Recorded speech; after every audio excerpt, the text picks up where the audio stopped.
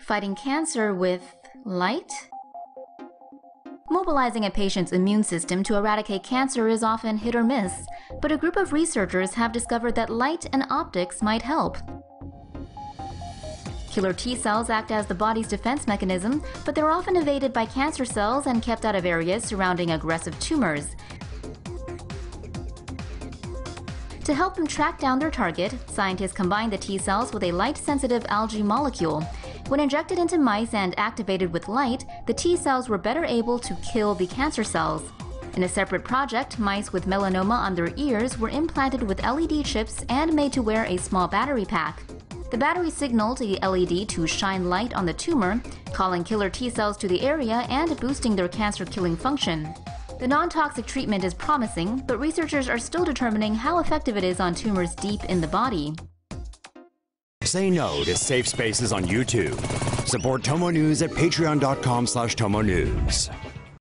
Scientists have been working hard to find a cure for cancer for years. Malaria vaccine could lead to general cure for cancer. Scientists researching a vaccine against malaria in pregnant women may have accidentally discovered an effective weapon against cancer. Scientists from the University of Copenhagen and the University of British Columbia have identified that the carbohydrate the malaria parasite attaches itself to in the placenta of a pregnant woman is identical to a carbohydrate present in cancer cells. Scientists have created the protein that the malaria parasite uses to attach to the placenta in a laboratory and have added a toxin. The combination of the malaria protein and toxin finds cancer cells, is absorbed, then the toxin is released inside, causing the cancer cells to die. Research groups from the two universities have tested thousands of samples, from brain tumors to leukemias, and have found that the malaria protein is able to attack more than 90% of all types of tumors.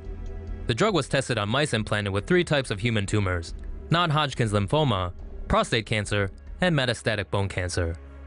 The mice that were given doses of protein and toxin showed far higher survival rates than the untreated mice. Researchers are now working towards being able to conduct human trials. They say the earliest possible time frame would be in 4 years. T-cell therapy could teach the body how to kill cancer.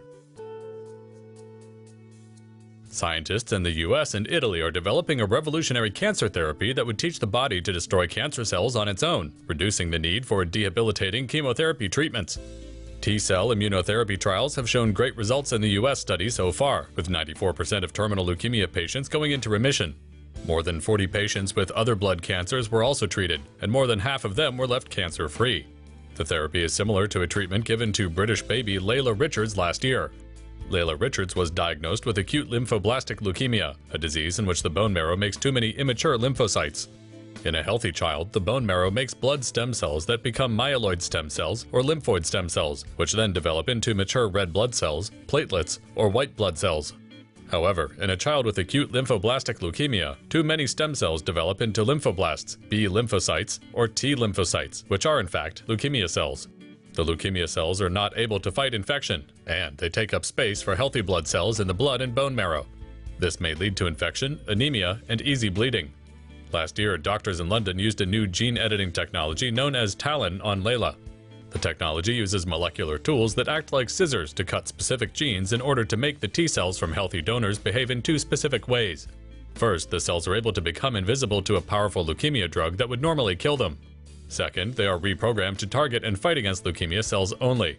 A similar treatment is being tested in Seattle. The new technique involves removing T cells from patients and genetically modifying them by adding chimeric antigen receptors, or CARs, from genetically engineered mice, which are able to target cancer. The modified T cells are then injected back into the patient's body. In a second major breakthrough in Italy, researchers have discovered that memory T cells can stay in the body for at least 14 years.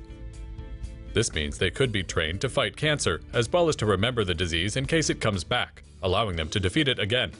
The latest discovery gives hope for the development of a vaccine-style drug that could stop cancer from coming back once it has been defeated. Immunotherapy treatment shrinks cancerous tumors.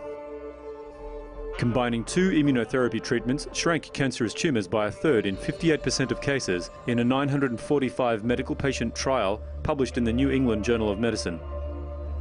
The body's immune system uses T cells, or immune cells, to target and destroy infected cells. However, cancer cells produce a certain protein which allows them to avoid detection from T cells. Known as PDL1, this protein acts as what scientists have called a secret handshake between it and its T cell counterpart, PD1, to avoid detection.